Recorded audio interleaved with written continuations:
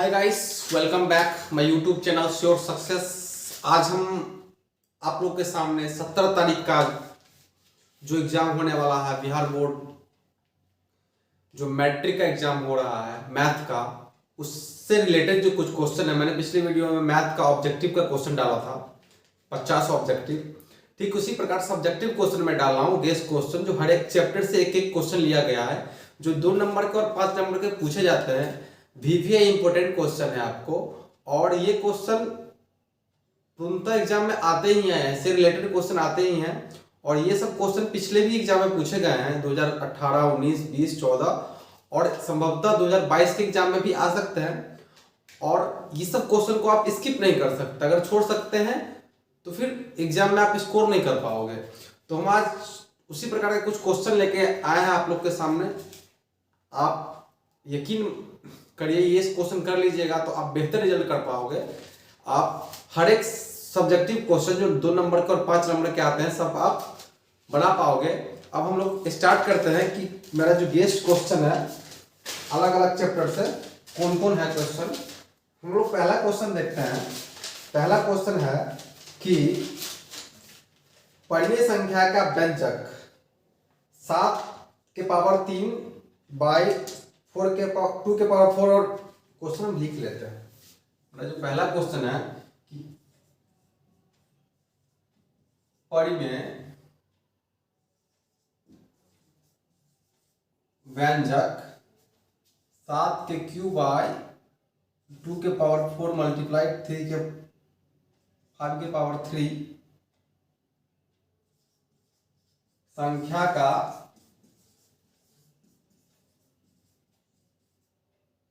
दशमलव विस्तार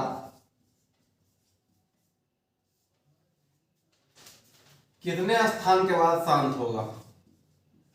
कितने स्थान के बाद शांत होगा?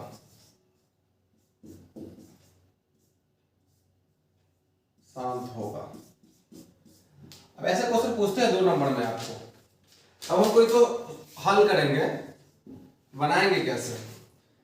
7 के पावर 3 बराबर क्या है? 2 के पावर 4 मल्टीप्लाइड 5 के पावर 3। इसको भी इस प्रकार से लिख सकते हैं कि 7 का क्यूब बाई 2 इंटू 2 के पावर 3 मल्टीप्लाइड 5 के पावर 3। हमको इस बेसिस पे तोड़ लिए। आपको पता है कि अगर पावर सेम रहता है तो मल्टीप्लाई हो जाता है। हम इसको ऐसे लिख सकते हैं 7 के पावर 3 बाई 2 इंटू 1 के पावर 15 10 के पावर 3। हम इसको इस तरह से भी लिख सकते हैं 36.5 बट्टा 10 के पावर 3, तो फिर 0.365 मतलब दशमलव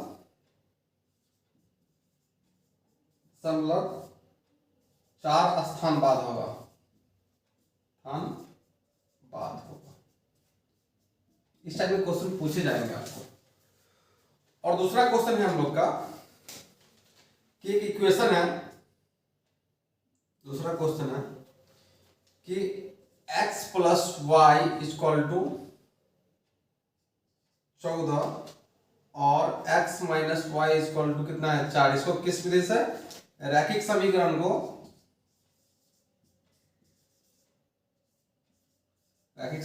को प्रतिस्थापन विधि से हल करना है। प्रतिस्थापन विधि से हल करें। अब इसको हम हल कैसे करें? प्रतिस्थापन विधि लगाएंगे।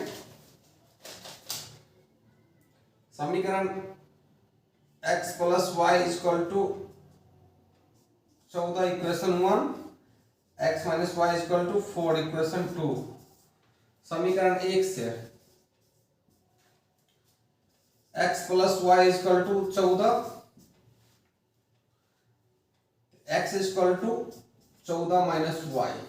x का वैल्यू क्या हो गया? x equal to 14 minus y. x का मान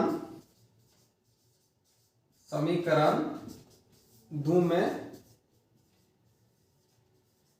रखने पर, समीकरण 2 में x का मान रखेंगे तो क्या हो जाएगा,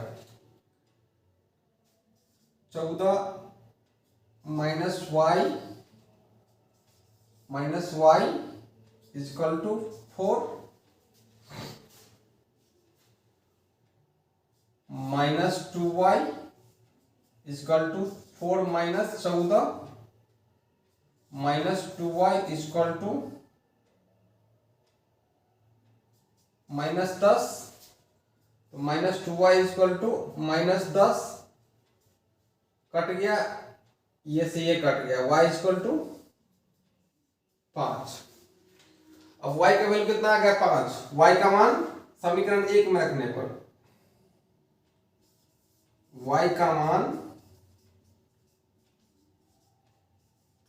समीकरण 1 में रखने पर, y का मान समीकरण 1 में रखने पर y का मान कितना था 5, तो x plus 5 equal to 14, x equal to 14 minus 5, x equal to 9। तो मेरा फाइनल आंसर क्या हो गया, x इजकल टू 9 और y इजकल टू 5।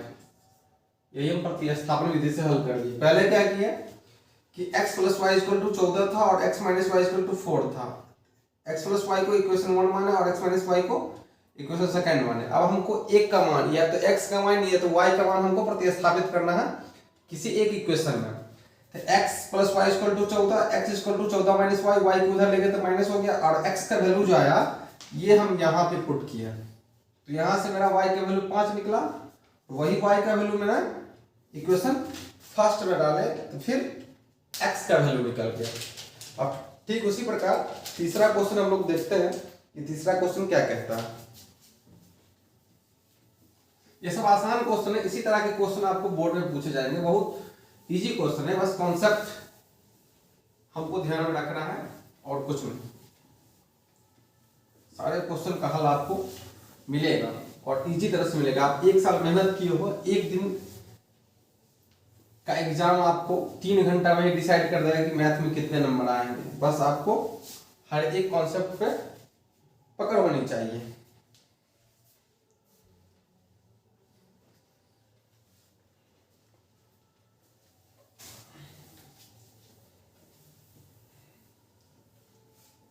अब मेरा तीसरा क्वेश्चन जो है वो है, तीसरा क्वेश्चन कह रहा है कि द्विघात समीकरण, तीसरा क्वेश्चन कह रहा है कि 3x square minus 4 root 3x plus 4 द्विघात समीकरण के मूलों की प्रकृति बताया हुआ है। द्विघात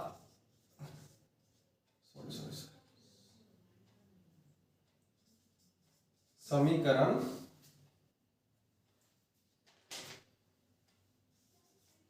के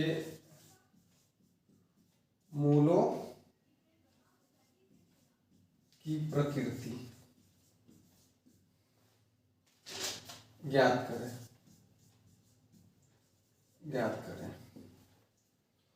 अब इसको हम सॉल्व करेंगे।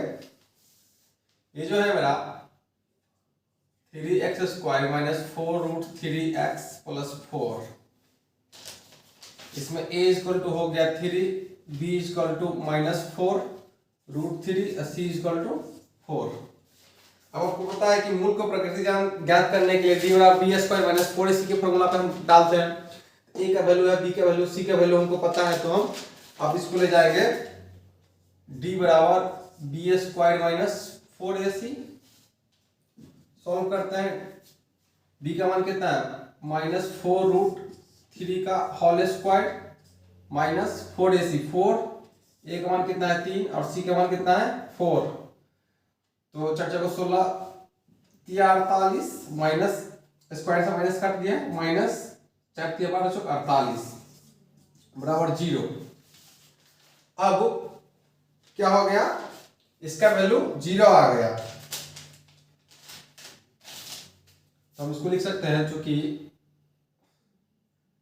t इक्वल टू 0, अतः इसके दो वास्तविक मूल होंगे, अतः इसके दो वास्तविक मूल होंगे,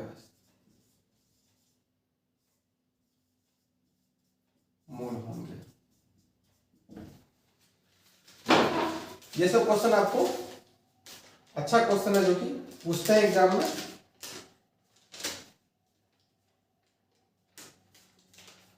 अब हम एक क्वेश्चन देखते हैं, क्या है कि दो धनात्मक, चौथा क्वेश्चन जो है मेरा कह रहा है कि दो क्रमागत धनात्मक ज्ञात करें, दो क्रमागत धन पूर्णांक ज्ञात करें जिनका वर्गों का योग 365 है। कह रहा है कि दो क्रमागत धन पूर्णांक ज्ञात करें, तो माना कि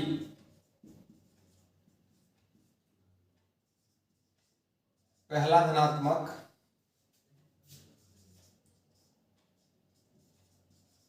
हो गया x, दूसरा क्या हो गया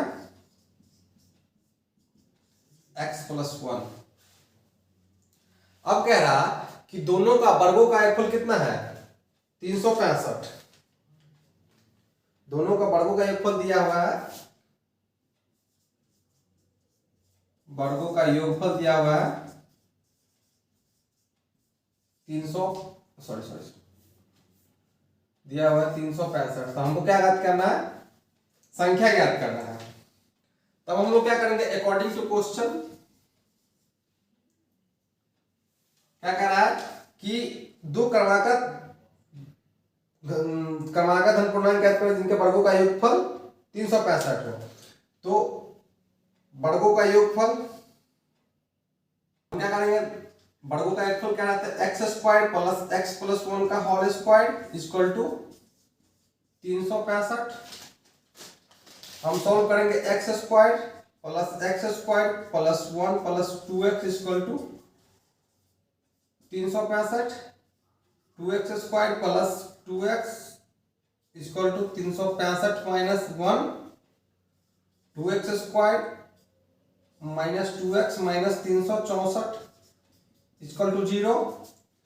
2 को मानने का क्या हो जाएगा x square minus x minus 182, ये हो जाएगा बेटा। अब इसको फैक्टराइजेशन कर लेंगे, फैक्टराइजेशन करेंगे तो x स्क्वायर माइनस, यहां क्या है माइनस में x है, x square plus 14x minus 13x minus 182 equal to 0, x square minus, यहां से x कॉमन ले लेते हैं, x कॉमन ले लेंगे तो क्या हो जाएगा x माइनस 14 और यहाँ पे x प्लस 14 और यहाँ पे माइनस 13 कॉमन ले लेंगे तो हो जाएगा x plus 14 equal to 0, x minus 13 बराबर 0, x बराबर 13 और x प्लस 14 इक्वल टू 0, तो x बराबर माइनस 14, ये हो जाएगा अमान्य, अमान्य। तो x बराबर कितना हो जाएगा 13। तो पहला धनात्मक पूर्णांक क्या था मेरा x, x और दूसरा क्या हो जाएगा 13। पहला धनात्मक हो जाएगा, पहला धनात्मक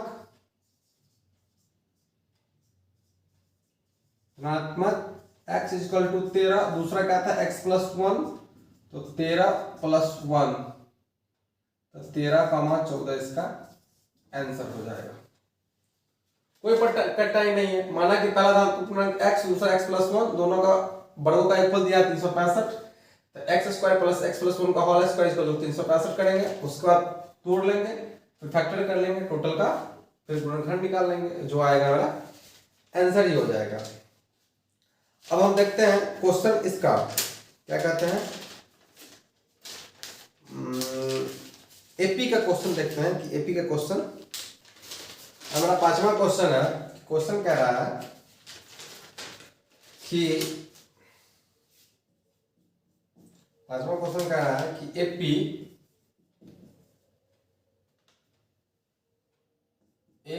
4,7,10 डॉट डॉट डॉट डॉट 11वें पद का मान क्या होगा? 11वें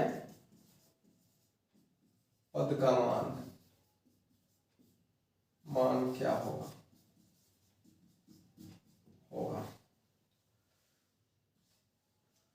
अब इसको हम सॉल्व करेंगे। पहले a इक्वल टू क्या होगा?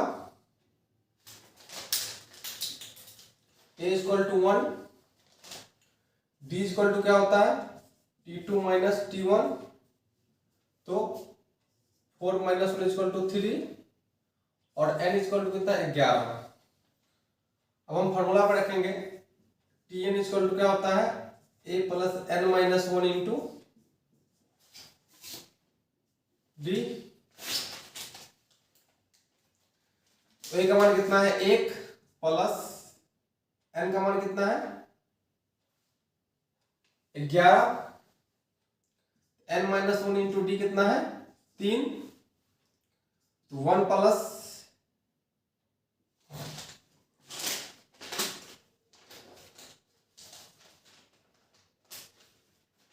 क्वेश्चन में 11वां नहीं 18वां पद है, सॉरी 18वें पद, यहां पे भी 18। तो 18 माइनस 1 कितना हो जाएगा? 17 इंटू 3, तो 17 3 51 1 52। 18वां पद कितना हो जाएगा? 52 आंसर हो जाएगा। दूसरा क्वेश्चन कह रहा उसी प्रकार से कि क्वेश्चन है मेरा कि 34 plus 32 plus 30 plus dot dot dot 10वें पदों का योगफल, पद का योगफल, 10वें पद का योगफल क्या होगा? अब क्या करेंगे इसमें? हम पहले a निकाल लेते हैं। इक्वल टू कितना है? 34। Equal to t2 minus t1 करेंगे तो 32 minus 34 minus 2। n equal to कितना है? 10। पहले हम सॉरी 10वें पदों का योगफल कह रहा है। 10वें पदों का ये हो tn हो गया। ये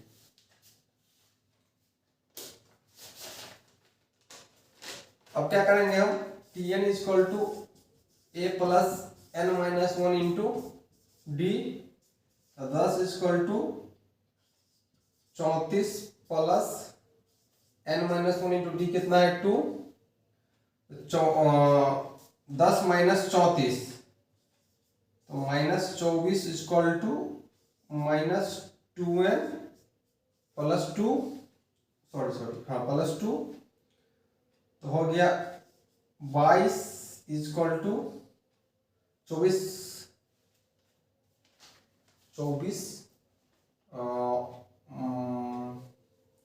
ये हो गया आपको 24 और इधर आएगा तो plus 2 equal to minus 2n। तो 24 ये माइनस में, ये माइनस में, ये हो जाएगा minus 26 equal to minus 2n, minus minus cut गया, n इक्वल टू 13। अब n का वैल्यू 13 निकल गया, 10वें पद का वैल्यू हम निकाल सकते हैं। उसका फॉर्मूला होता है Sn बराबर n/2 into 2a plus n minus 1 into D. Sn के वैल्यू हमको निकालना है। n का वैल्यू कितना है? 13/2 इंटू 2 इंटू 34, a का वैल्यू 34 प्लस n का वैल्यू कितना है? 13 माइनस 1 12 और d का वैल्यू कितना है? माइनस 2। राइट सॉल्व कर लेते हैं। 13/2 ये हो जाएगा आपको,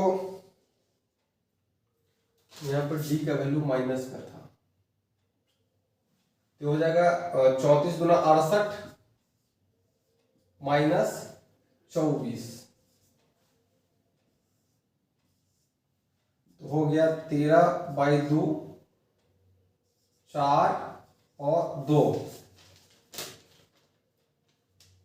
यानी 44, 4 और 4 22, तो 13 गुने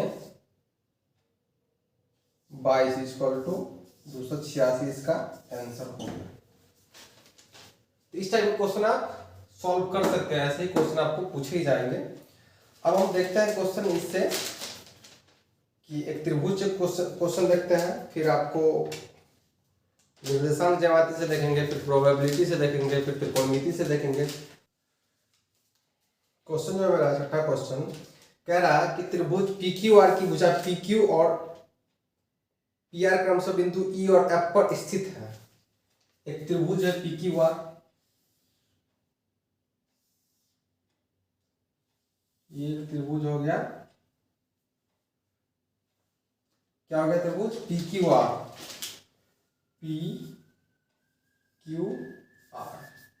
कह रहा है कि यदि त्रिभुज PQR की भुजा PQ और PR क्रमशः बिंदु E और F पर स्थित है। एक और बिंदु हो गया, ये E और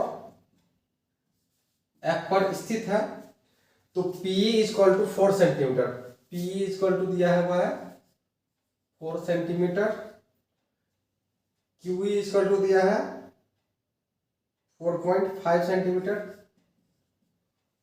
और PF इक्वल टू 8 सेंटीमीटर और RF इक्वल टू दिया है 9 सेंटीमीटर। तो क्या कह रहा है, तो सिद्ध करे कि, कह रहा है तो सिद्ध करे कि EF समानांतर QR सिद्ध करना है, सिद्ध करना है कि त्रिभुज PQR है जिसकी भुजा PE और PF क्रमशः E और F बिंदु पर स्थित है, तो हमें सिद्ध करना है कि EF समानांतर QR। अब हम देखते हैं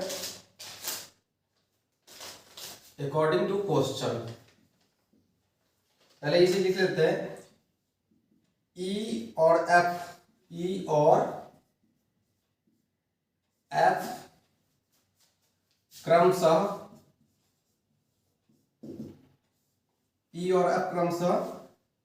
त्रिभुज PQR की दो भुजा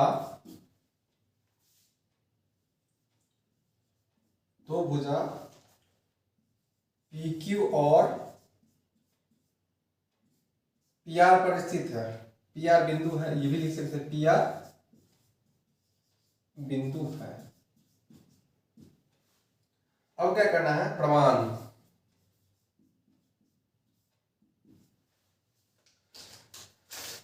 क्या दिया था, P equal to QE, P equal to कितना 4/4.5 सेंटीमीटर और PF by FR equal to 8/9 centimetre. इसीलिए P by QE equal to PF by RF तथा त्रिभुज PEF और त्रिभुज PQR उभयनिष्ठ है,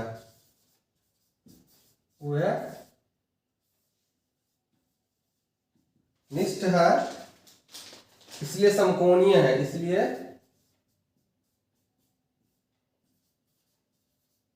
समकोणिक है, समकोणिक है।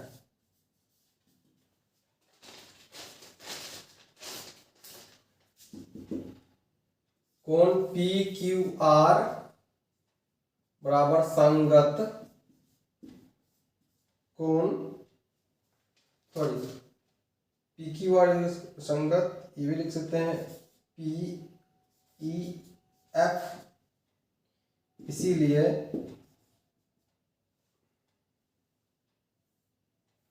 इसीलिए क्यू आर समानांतर ई एफ। इसको उल्टा कर दिया, पहले लिखना चाहिए था कोण E F equal to P Q R, कोई दिक्कत नहीं है। ये हो गया मेरा प्रूफ। पूरा आपको कॉन्सेप्ट समझ में आ गया होगा कि कैसे कैसे कॉन्सेप्ट को करना था। अब हम मेरा नियामक ज्यामिति का क्वेश्चन है, वो भी हम लोग करते हैं।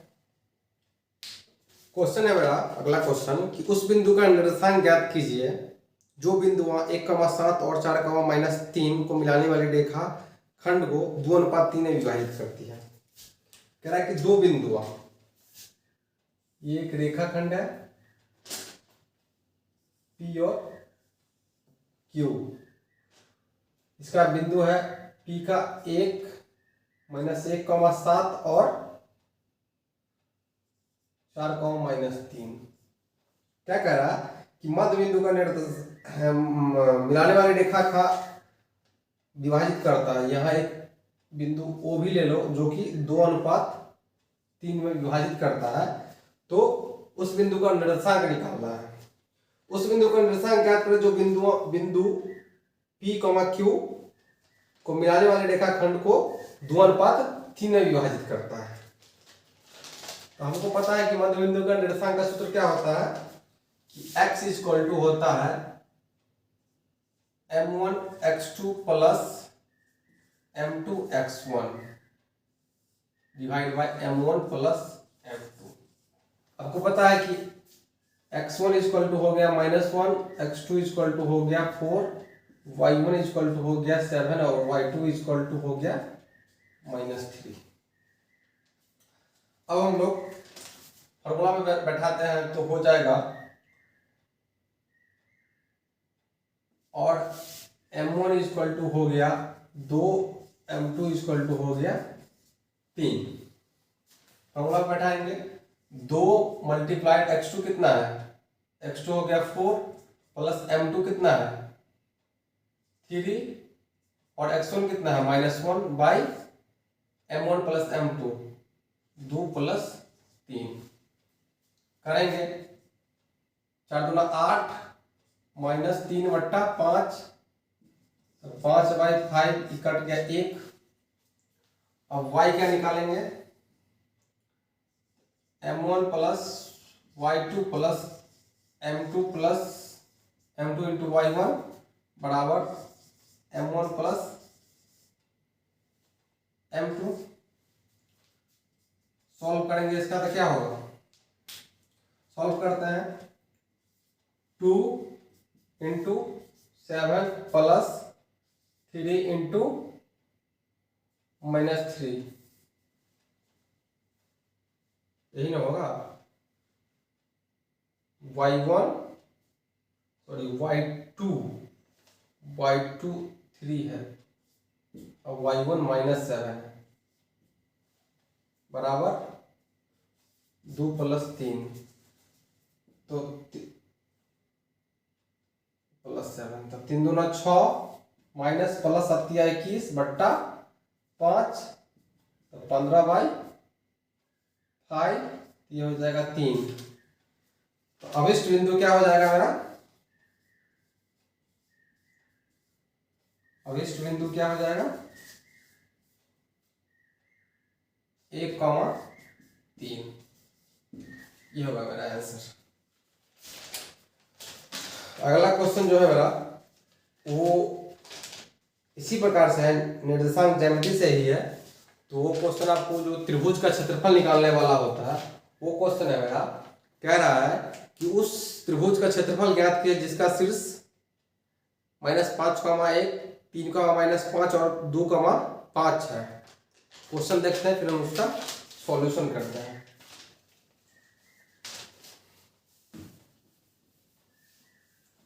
ये सब आसान है, ये सब किस टाइप के क्वेश्चन, मध्य बिंदु का निर्देशांक निकालना, समदूरस्थ निकालना, दूरी सूत्र निकालना, तो वो तो आसान था। दूरी सूत्र आप x1 प्लस x2 का होल स्क्वायर माइनस वो निकाल सकते हैं x1 का होल स्क्वायर करके। समदूरस्थ का अगर पूछेगा y का तो y, 0 करके फिर जो दो बिंदु दिया रहेगा उसका निर्देशांक आप निकाल सकते हैं। x का समदूरस्थ भी पूछ सकता है, y का समदूरस्थ भी पूछता है। तो ऐसे ऐसे क्वेश्चन आपको बोर्ड में आएंगे, तो आप इसके लिए निफिक्र रहें। जो कॉन्सेप्ट हो कॉन्सेप्ट पे चलना है, और बाद बाकी जो इंपॉर्टेंट क्वेश्चन है मैं आपको करवा रहा हूँ। एक क्वेश्चन मैं आपको मध्य बिंदु का निर्देशांक से करवाया है और एक क्वेश्चन त्रिभुज का क्षेत्रफल से करवाऊंगा, जो कि एग्जाम में अक्सर आता है। अब कह रहे हैं कि उस त्रिभुज का क्षेत्रफल ज्ञात कीजिए जिसका शीर्ष, अब एक त्रिभुज है, त्रिभुज है, कह रहा है कि इसका शीर्ष क्या है। मान लीजिए त्रिभुज ए बी सी, इसका शीर्ष दिया हुआ -1,5 -5,1, इसका दिया हुआ 3, -5, इसका दिया हुआ 5,2। अब इसका क्षेत्रफल निकालना है, तो उस त्रिभुज का क्षेत्रफल निकालिए।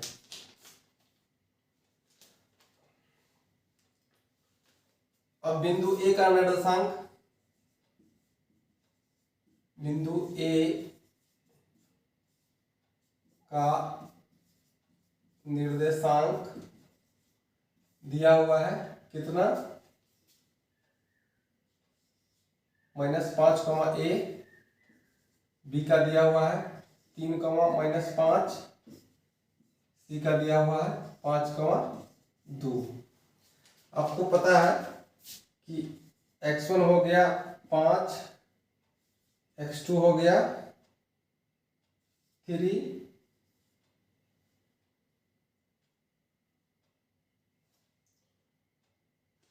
x1 हो गया -5, x2 हो गया 3, y1 हो गया 1, y2 हो गया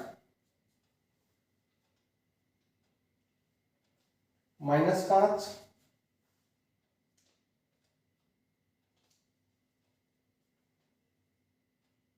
और x3 हो गया आपको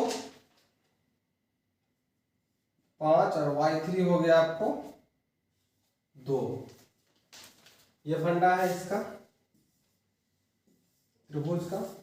अब इसका क्षेत्रफल हम कैसे निकालेंगे। त्रिभुज का क्षेत्रफल क्या होता है, ये फॉर्मूला आप लोग याद रखिएगा, तब ये क्वेश्चन बनेगा। फॉर्मूला कह रहा है कि x1 into y2 minus y3 plus x2 into y3 minus y1 into x3 into y1 minus y2, यही इसका फॉर्मूला है। इस फॉर्मूला पे मान को आप वैल्यू को पुट करो और आपका आंसर मिल जाएगा।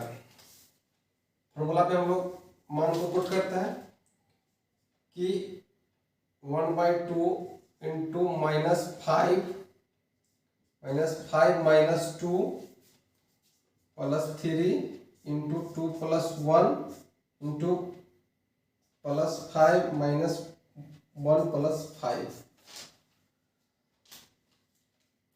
अब बोलिए कि y3 जो था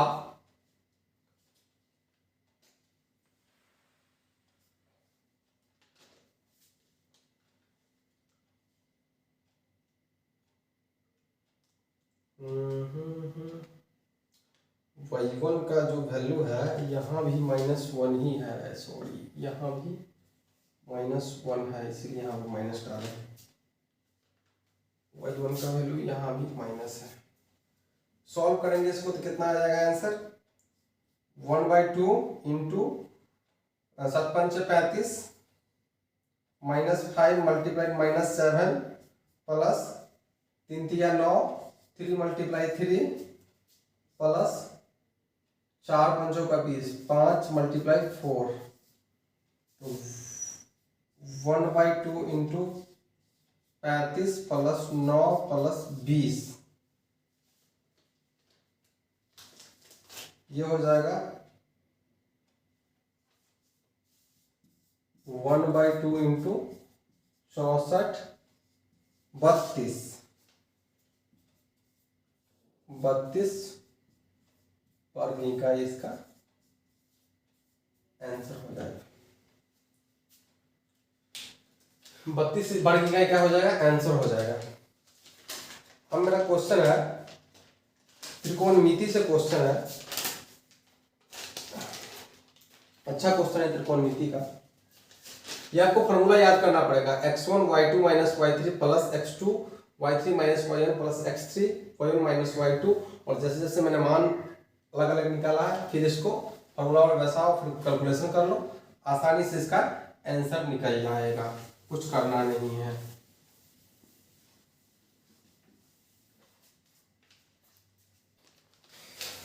अब मेरा त्रिकोणमिति का क्वेश्चन है। क्वेश्चन कह रहा है कि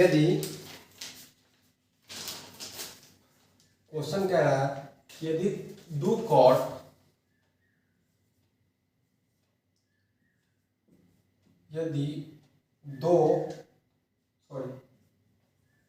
tan 2a is equals to cot a माइनस 18, जहां a न्यूनकोण है, जहां 2a न्यूनकोण है, तो a का मान क्या होगा? तो a का मान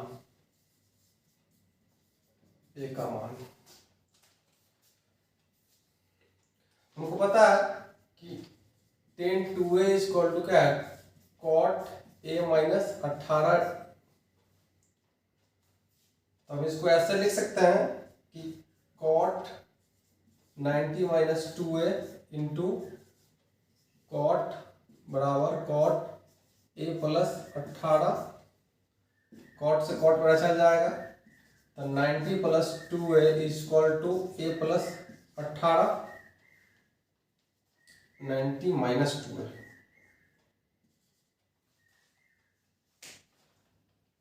cot a प्लस 18, तो 90 plus 18 equal to a plus 2a, 2a इधर आ जाएगा, तो 108 डिग्री बराबर 3a, a इक्वल टू 108 बट्टा 3, 36 डिग्री। a इक्वल टू कितना हो गया? 36 डिग्री। a का आंसर हो गया। a का मान कितना हो गया? 36। अब हम क्वेश्चन देखते हैं, एक और क्वेश्चन है मेरा। देखिए, त्रिकोणमिति से ऐसा भी क्वेश्चन आता है कि लंब आधार दे दिया रहेगा, कर्ण ज्ञात करना रहेगा, तो वो इजी टाइप क्वेश्चन मैंने ऑब्जेक्टिव में बताया था कि अगर किसी चीज का साइन थीटा बराबर 3/4 दे दिया रहेगा तो tan का मान निकालना, तो उस इजी है, कर्ण आधार लंब पे डाल दीजिएगा, कर्ण बराबर जो जो होता है तो उस पर आपको निकाल सकते हैं। और ये सब जो है ना प्रूव करने वाला क्वेश्चन 2 नंबर और 5 नंबर पूछते हैं, तो इस क्वेश्चन को आपको स्किप नहीं करना है। एक और क्वेश्चन है जो मेरा कह रहा है कि 2 tan square 45 degree plus cos square 60 degree plus sine square 60 degree का मान क्या होगा? आपको पता है कि 2 tan 45 degree whole square plus cos 60 degree का whole square plus sine 60 degree का होल स्क्वायर। अब आपको मान सबका मान याद रखना होगा। 2 इंटू tan 45 1 का होल स्क्वायर प्लस cos 60 होता है 1/2 का होल स्क्वायर प्लस साइन 60 कितना होता है? √3/2 का whole square. 2 multiply 1 plus 1/4 plus 3/4, LCM लेंगे 4, 4 दूना 8 प्लस 1 प्लस 3, ये हो जाएगा 8 1 9 3 12/4, इसका 3 आंसर हो जाएगा। आराम से, कोई कठिनाई नहीं है। एक और क्वेश्चन लेते हैं हम जो प्रूव करने वाला है, सॉल्व करते हैं उसको। क्वेश्चन आप नोट कर लो, तब तक इधर मिटा रहा है।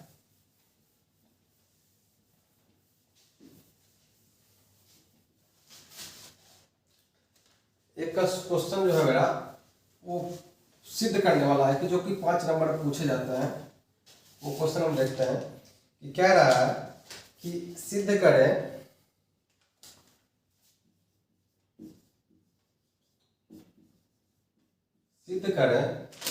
कि 1/1 minus sine theta plus 1/1 plus sine theta बराबर 2 सेक थीटा। इसको हमको क्या करना है, प्रूव्ड करना है। एलएचएस हम लेंगे, एलएचएस में क्या लेंगे, 1/1 minus sine theta plus 1/1 plus sine theta. दोनों का एलसीएम ले लेते हैं हम, क्या होगा 1 minus sine theta into 1 plus sine theta, ये हो जाएगा 1 plus sine theta plus 1 minus sine theta. आपको पता है कि a plus B into A minus B क्या होता है, A square plus B square. अब देखेंगे माइनस साइन थीटा कट ही गया, तो ये हो जाएगा 2 बट्टा A plus B into A minus B, क्या हो जाएगा ए माइनस बी का होल स्क्वायर। तो 2 बट्टा 1 माइनस साइन स्क्वायर कितना होता है, कॉस स्क्वायर, 2 बट्टा कॉस स्क्वायर थीटा। तो 1 बाई कॉस स्क्वायर क्या होता है, सेक स्क्वायर, तो हो गया 2 सेक स्क्वायर थीटा। आरएचएस क्या हो गया, प्रूव्ड। इस टाइप का क्वेश्चन आपको एग्जाम में आएंगे तो आप लोगों को घबराना नहीं है, फॉर्मूला याद रखना है और कैसे कैसे तोड़ना है, एलसीएम लेना है और किस प्रकार से आपको उसको सॉल्यूशन करना है, उसको आपको कर लेना है। अब हम लोग वृत्त का क्वेश्चन देखते हैं कि क्या क्या कहता है। मेरा वृत्त का क्वेश्चन है, कह रहा है कि एक घड़ी की मिनट की सुई जिसकी लंबाई 14 सेंटीमीटर है, उस सुई द्वारा 5 मिनट में रचित क्षेत्रफल क्या होगा। एक घड़ी की मिनट की सुई दिया हुआ जिसकी लंबाई कितनी है, मिनट की सुई की लंबाई। क्वेश्चन है मेरा कि मिनट की सुई की लंबाई कितनी है, मिनट की सुई की लंबाई L = 14 सेंटीमीटर है और सुई द्वारा रचित 5 मिनट में, सुई द्वारा रचित 5 मिनट में रचित क्षेत्रफल ज्ञात करना है। रचित क्षेत्रफल कह रहा था एक घड़ी की मिनट की सुई की जिसकी लंबाई 14 सेंटीमीटर है, सुई द्वारा 5 मिनट में रचित क्षेत्रफल क्या होगा। अब क्या है कि एक मेरा घड़ी है, ठीक है, जिसका लंबाई कितना है 14 सेंटीमीटर। अकॉर्डिंग टू क्वेश्चन हम देखते हैं क्या कह रहा है कि मिनट की सुई की लंबाई कितना है, मिनट की सुई की लंबाई 14 सेंटीमीटर, सुई द्वारा 1 मिनट में बनाया गया कोण,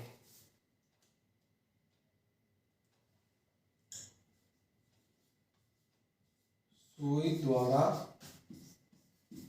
1 मिनट में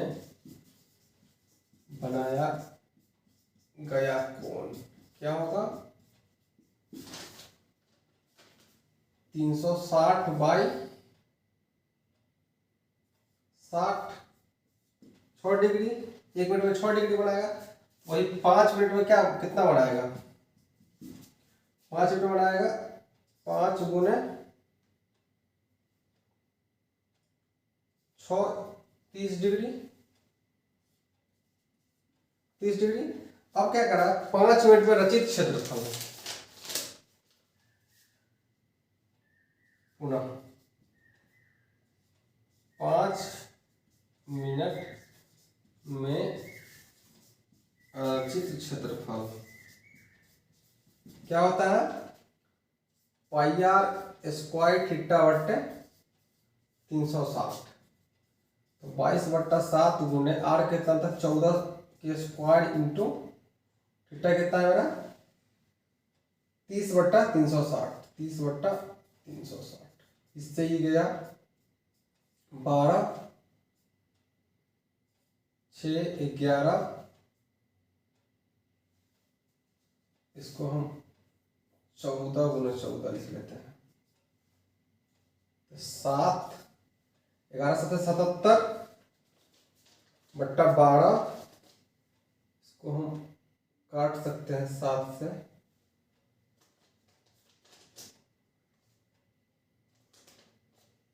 ये हो गया 3, ये 7 से ये 7 गया, तो ये हो जाएगा 77/3 सेंटीमीटर स्क्वायर।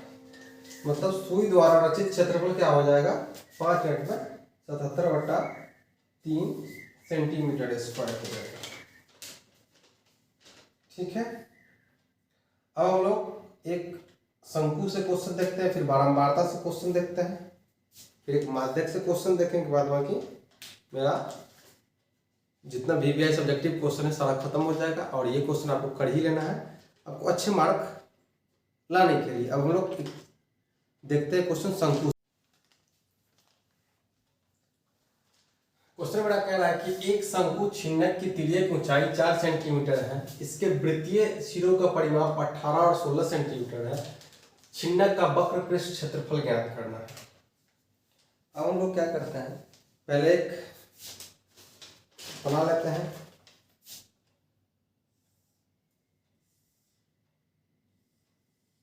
ये इसकी लंबाई कितना है 4 सेंटीमीटर, और ये है 16 और ये है 18। अब हम देखते हैं इसकी लंबाई कितना है, L =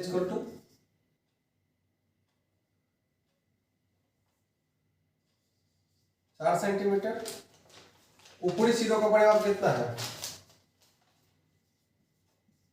ऊपरी सिरों का परिमाप दिया हुआ है 18 सेंटीमीटर। 18 सेंटीमीटर तो 2πr = 18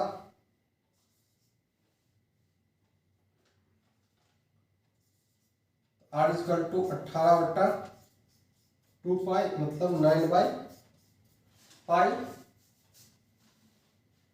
और निचले सिरे का सिरों का परिमाप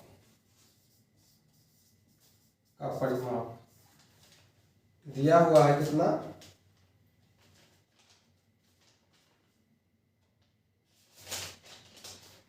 6 सेंटीमीटर है, सॉरी 6 सेंटीमीटर। ये हो जाएगा 2πr = 6 सेंटीमीटर, r = 6/2π यानी कि 3/π। अब छिन्नक का वक्र पृष्ठ क्षेत्रफल,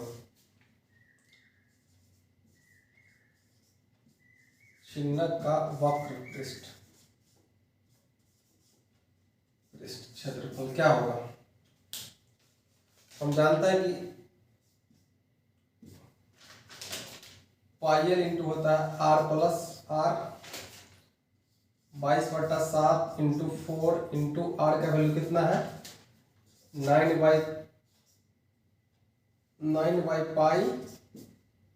प्लस 3/π 22/7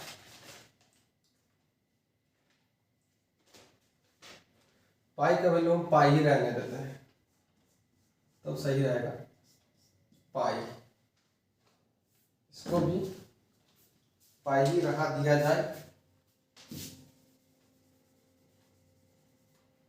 और इसको भी पाई।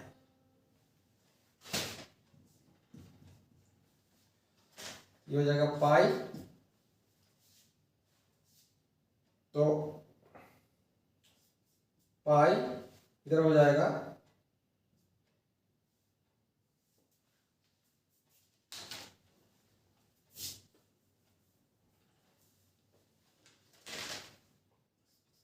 पाई इंटू 4 इंटू 9 प्लस 3/पाई 4 पाई इंटू 12/पाई। पाई से पाई कट गया, ये 4 बच गया। ये हो गया 48 सेंटीमीटर। क्या होगा? चिन्हक का वक्र पृष्ठ क्षेत्रफल क्या हो गया? 48 सेंटीमीटर।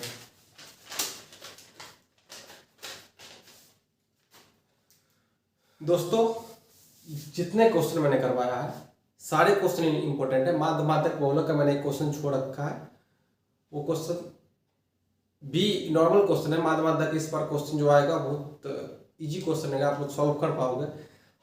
फिलहाल आप इतना क्वेश्चन जो मैं बताया हूँ आप टोटल क्वेश्चन कर लो। इसी कॉन्सेप्ट पे आधारित क्वेश्चन बोर्ड में पूछे जाएंगे। टोटल क्वेश्चन करने के बाद आपको 95 प्लस नंबर ही आएगा 10th में, ये बात मेरा ध्यान रखिएगा। और ये चैनल से जितनी सारी इंपॉर्टेंट क्वेश्चन आएगी मैं आपको बताते रहूँगा और आपके एग्जाम के लिए बहुत ही फायदेमंद रहेगा। धन्यवाद। मेरे यूट्यूब चैनल श्योर सक्सेस से जुड़े रहें और हम आपको बेहतर एग्जाम की तैयारी करने के लिए आपके साथ रहूँगा। धन्यवाद।